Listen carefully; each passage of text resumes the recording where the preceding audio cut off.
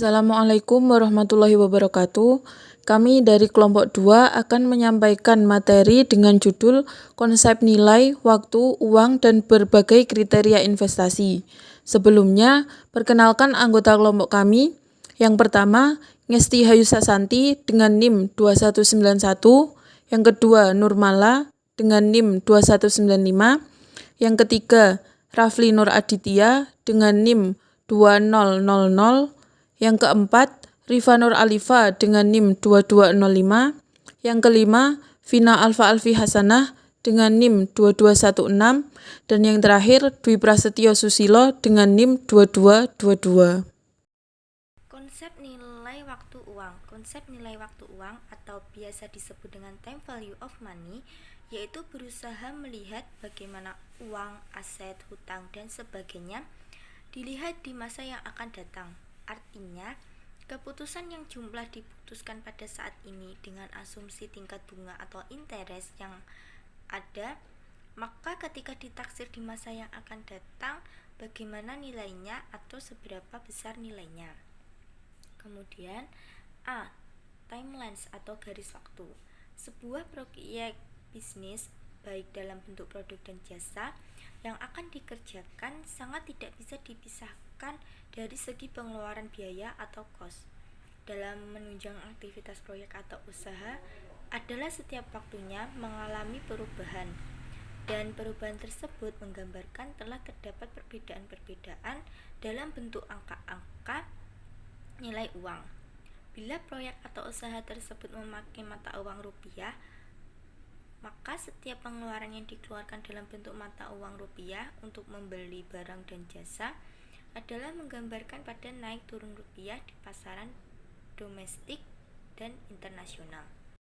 Future value adalah perhitungan uang yang dimiliki pada saat ini atau today dan diinvestasikan dengan penetapan bunga sehingga mengalami proses bunga berbunga atau compounding, sehingga nilai akan berubah pada masa yang akan datang atau the future.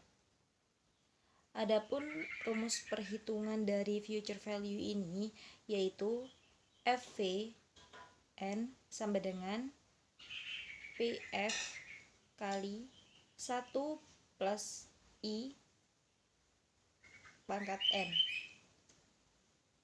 Nah, keterangannya FVN sama dengan future value atau nilai masa depan periode ke N. Lalu PF sama dengan present value atau nilai sekarang. I menunjukkan suku bunga. N menunjukkan compounding atau periode penggandaan. Misal saya memiliki contoh soal. Seorang pengusaha Surabaya memiliki dana sebanyak 500 juta dan menginvestasikan dana tersebut selama 2 tahun dengan tingkat bunga 9%, maka perhitungan adalah di sini kita masukkan FVN sama dengan PF kali 1 plus 1 pangkat N. PF-nya diketahui 500 juta dikali 1 plus I-nya intervalnya 0,09 pangkat 2 karena periode N-nya itu 2 tahun. Maka 500 juta dikali FVIV, 9%, 2. Maka 500 juta dikali 1,188. Maka diketahui hasilnya yaitu 594 juta rupiah. Nilai sekarang atau present value. Perhitungan secara present value adalah melakukan perhitungan nilai sekarang dari nilai yang akan datang, yang akan dibayar pada masa yang akan datang, atau menghitung nilai di masa yang akan datang dengan keharusan berapa jumlah dana yang harus kita sediakan pada saat ini. Rumus untuk menghitung present value adalah PV sama dengan FV bagi 1 plus 1 pangkat 1. Untuk Materi yang ketiga adalah anuitas atau annuity. Anuitas adalah perhitungan pada rangkaian pembayaran dengan jumlah yang sama besar pada setiap interval pembayaran, di mana besar dan kecilnya jumlah pembayaran pada setiap interval tergantung pada jumlah pinjaman, jangka waktu, dan tingkat bunga. Rumus untuk menghitung anuitas sekarang adalah bisa dibaca di PPT-nya seperti itu rumusnya. Kriteria investasi. Investasi berasal dari kata invest yang artinya menanam uang atau modal. Dengan kata lain, pengertian dari investasi adalah penanaman modal atau penanaman uang dalam proses produksi. Investasi menurut ilmu ekonomi adalah pengeluaran, penanaman modal maupun perusahaan untuk membeli barang-barang modal dan juga perlengkapan produksi untuk menambah kemampuan memproduksi barang serta jasa yang tersedia dalam perekonomian. Tujuan investasi ini adalah untuk memperoleh keuntungan. Hal ini erat kaitannya dengan penanaman investasi di pasar modal. Jenis investasi. Yang pertama, jenis investasi berdasarkan asetnya, yaitu real asset, investasi yang berwujud seperti properti, dan financial asset merupakan dokumen klaim tidak langsung dari pemegangnya terhadap sebuah aktivitas pihak yang menerbitkan sekuritas tersebut. Yang kedua, investasi berdasarkan pengaruhnya, yaitu investasi autonomous, investasi yang tidak dipengaruhi tingkat pendapatan, dan investasi include, investasi yang dipengaruhi oleh kenaikan permintaan barang atau jasa. Yang ketiga, jenis investasi berdasarkan sumber pembiayaannya, yaitu bersumber dari modal asing dan bersumber dari modal dalam negeri.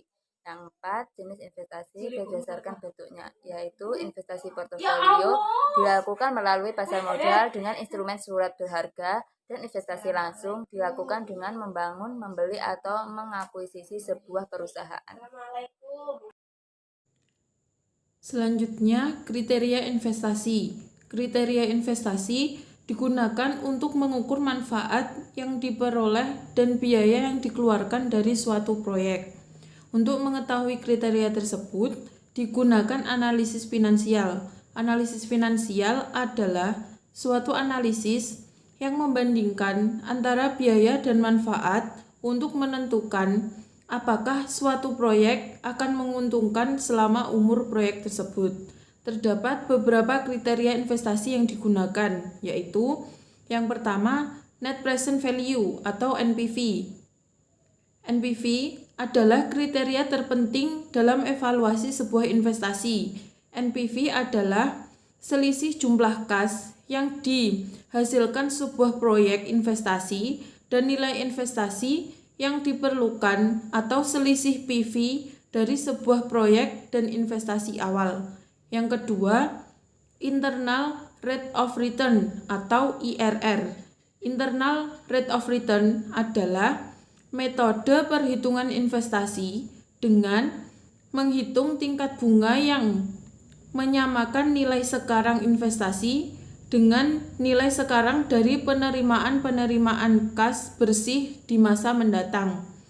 IRR adalah menentukan tingkat bunga yang akan menjadikan jumlah nilai sekarang dari arus kas bersih yang diharapkan akan diterima atau PV of future process sama dengan jumlah nilai sekarang dari pengeluaran modal atau PV if capital outlays. Pada dasarnya, IRR harus dicari dengan cara trial and error, yaitu dengan cara coba-coba. Yang ketiga, payback period atau PP. Payback period adalah suatu periode yang diperlukan untuk dapat menutup kembali pengeluaran investasi dengan menggunakan aliran kas neto atau net cash flow atau total arus kas bersih dalam periode tertentu sama dengan pengeluaran investasi di awal periode. Metode payback period adalah suatu periode yang diperlukan untuk dapat menutup kembali pengeluaran investasi dengan menggunakan proses atau aliran kas neto atau net cash flow. Cara untuk mengambil keputusan dengan metode ini yaitu dengan membandingkan payback period investasi yang diusulkan dengan umur ekonomis aktiva. Apabila payback period lebih pendek dari umur ekonomisnya, maka rencana investasi dapat diterima, serta sebaliknya. Dan yang terakhir, yang keempat, Profitability Index atau PI. Profitability Index menghitung nilai tunai arus kas masuk bersih dibagi dengan tunai investasi. Jika nilainya lebih besar dari 1, maka proyek investasi tersebut dianggap layak dan sebaliknya. Metode ini menghitung perbandingan antara nilai arus kas bersih yang akan datang dengan nilai investasi yang sekarang. Profitability Index harus lebih besar dari 1 baru dikatakan layak. Maka semakin besar PI investasi semakin layak. Sekian penjelasan dari kelompok kami. Apabila ada salah kata, kami mohon maaf yang sebesar-besarnya. Semoga bermanfaat. Wabillahi taufiq wal hidayah. Wassalamualaikum warahmatullahi wabarakatuh.